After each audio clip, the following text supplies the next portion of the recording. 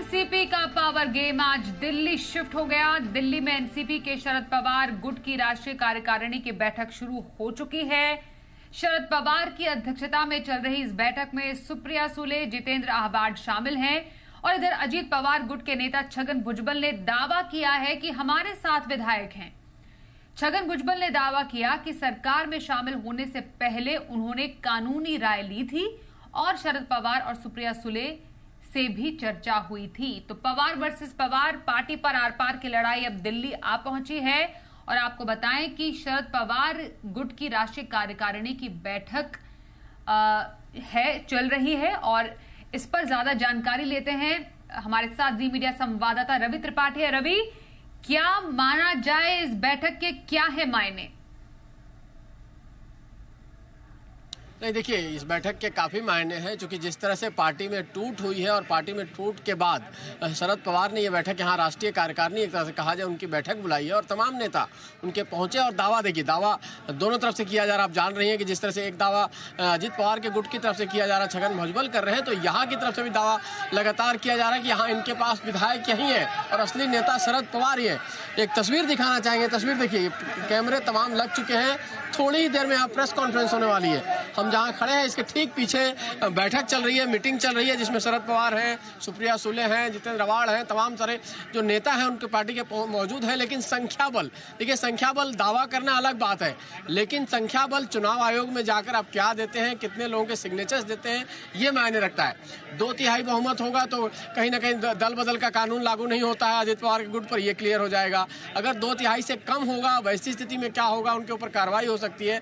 और 2/3 के ज्यादा होने पर भी देखिए दो तरह की स्थितियां होती है। आपने देखा 3-4 मामले हाल के दिनों में आए हैं और इंटरेस्टिंग आया है। एक तो आपको उत्तर प्रदेश का था, जहां पार्टी पर दावा चाचा और भतीजा के बीच में लड़ाई थी, वहां भी शिवपाल यादव और अखिलेश यादव के बीच लड़ाई थी। वहां ज्यादातर लोग जो है, चाहे इलेक्टेड रिप्रेजेंटेटिव हो या फिर पार्टी के लोग हो, वो अखिलेश यादव के साथ खड़े थे, जिस वजह से पार्टी का सिंबल भी उनको दिया गया और पार्टी भी उनके पास रही। उसी तरह से अगर दूसरा आप बिहार का एग्जाम्पल देखते हैं तो बिहार में पासवान की फैमिली का एग्जाम्पल देखिए। पासवान गुट में जो झगड़ा हुआ, चाचा और भतीजा की लड़ाई वहां भी हुई और वहां लेकिन क्या हुआ कि वहां पार्टी का सिंबल किसी को नहीं दिया गया, क्योंकि दोनों आदमी ये प्रूव करने को स्थिति में नहीं थे कि इलेक्टेड लोग किसके साथ ज्यादा हैं और साथ साथ पार्टी के लोग किसके साथ ज्यादा हैं। दो चीजें देखी जाती है। चुनाव आयोग को सबूत चाहिए होता है, प्रूफ चाहिए होता है, रिटर्न प्रूफ चाहिए होता है।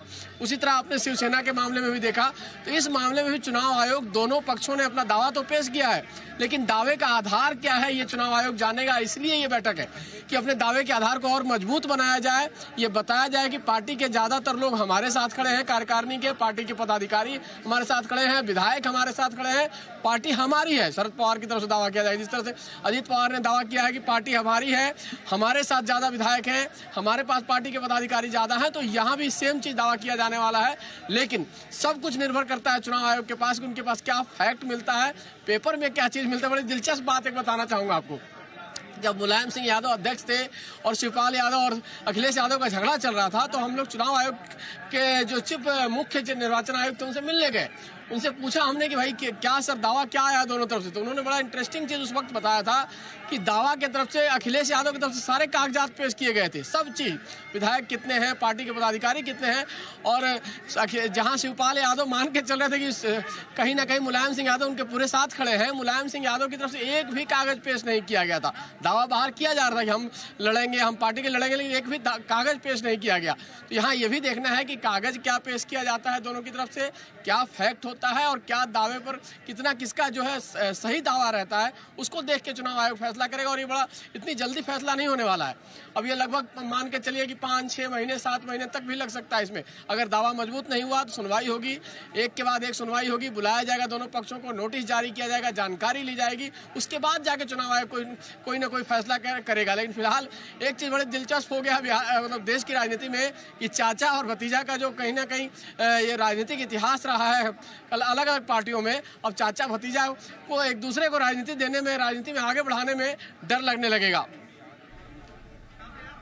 बिल्कुल सही बोला आपने रवि। और जिस तरीके से शरद पवार को चाणक्य माना जाता है राजनीति का, थोड़ी देर में आपने जैसा बताया प्रेस कॉन्फ्रेंस की तैयारी भी चल रही है, क्या पता कुछ क्या निकल कर आए। हालांकि नंबर जो है, नंबर गेम है, वो तो फिलहाल अजीत पवार की तरफ जाता हुआ नजर आ रहा है। पल पल की जानकारी देते रहेंगे। फिलहाल रवि, आपका धन्यवाद करेंगे इस जानकारी के लिए।